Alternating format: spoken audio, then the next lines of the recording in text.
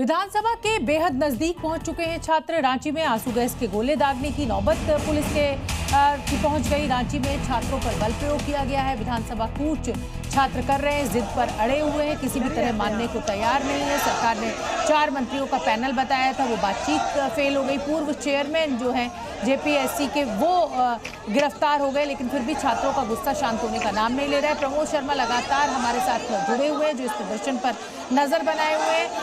प्रमोद, देखिए जस की तस स्थिति है, ना सरकार झुकने को तैयार है, ना छात्र झुकने को तैयार है। फिलहाल की अगर मैं बात करूं स्थिति की, तो क्या कह रहे हैं छात्र?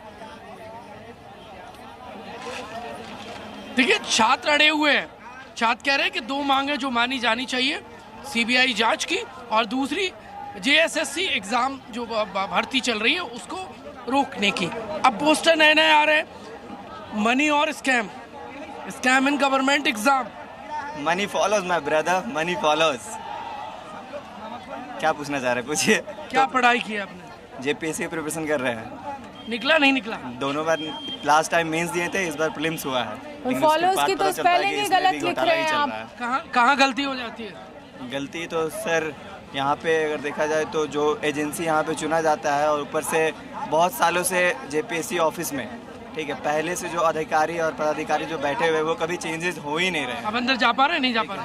अंदर तो फिलहाल जा पा रहे, लेकिन यहाँ देखिए देवेंद्र नाथ महतो से मैंने कुछ देर पहले बातचीत की थी, तो महतो ने कहा था कि फोटो भले ही मैं हेमंत सोरेन के पिता का लाया हूं, पर काम हेमंत सोरेन के उनके पिता शिबू सोरेन जैसे कतई नहीं है। अब देखिए, आप एक बार मैं आपको यहाँ पर पुलिस फोर्स की तैनाती दिखा देता हूँ। छावनी जैसी तैनाती नजर आ रही है।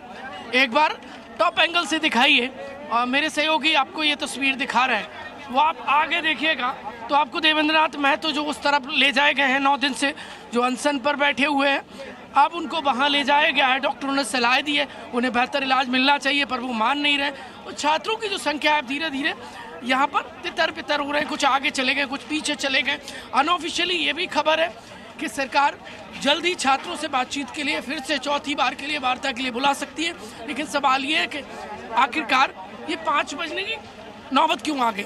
4:45 बजने की नौबत क्यों आ गई? ये भी बताइए कि विधानसभा में ये छात्रों की कोशिश थी मार्च करके भीतर प्रवेश करने की, वो तो हालांकि पुलिस सफल रही है अपने प्रयास में, छात्रों को रोक दिया है। तो क्या ये अब छात्र जो है वो यहाँ से प्रदर्शन स्थल के लिए वापस लौट रहे हैं, या ये यहीं धरने पर बैठ गए, यहीं डटे हुए हैं? ये तो टू द पॉइंट सीधा छात्रों से ही पूछ लेते हैं जी। ये बताइए, अब यहाँ से विधानसभा तो आप लोग जा नहीं पा रहे, आप स्कूल के कॉलेज के?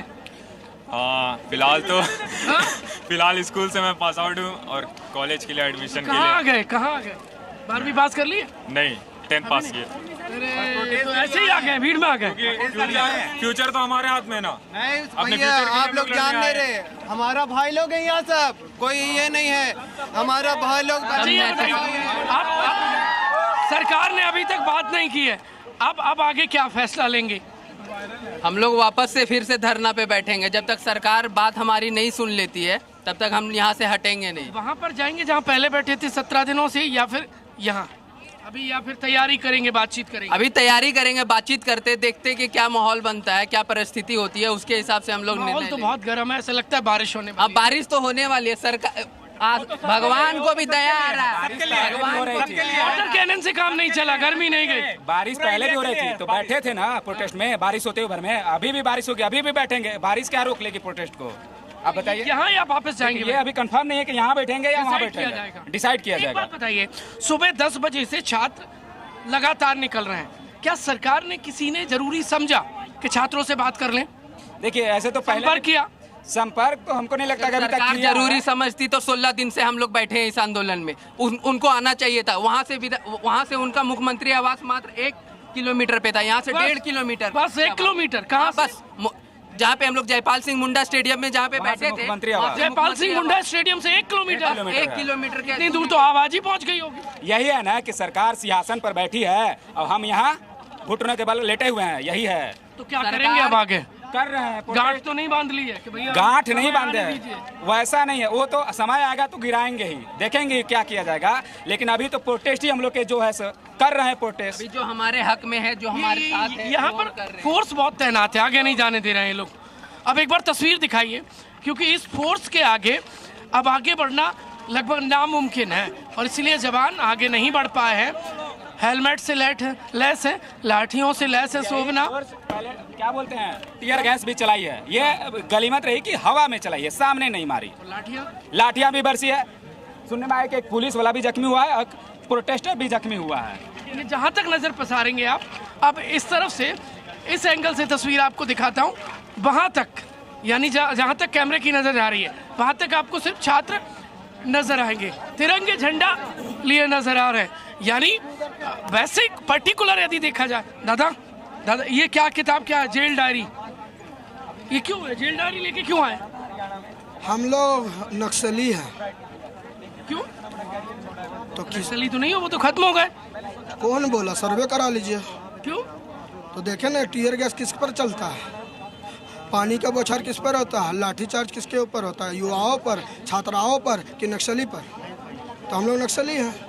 विधानसभा घेराव के लिए आ पाएंगे? नहीं, हम लोग विधानसभा घेर रहे थे तो ऐसा लग रहा है आपको कि आप नक्सली जैसे हैं? नहीं, बर्ताव हुआ है, मारा गया, ठठाया गया, डैमेज किया गया, तो इसका दर्द कौन झेलेगा?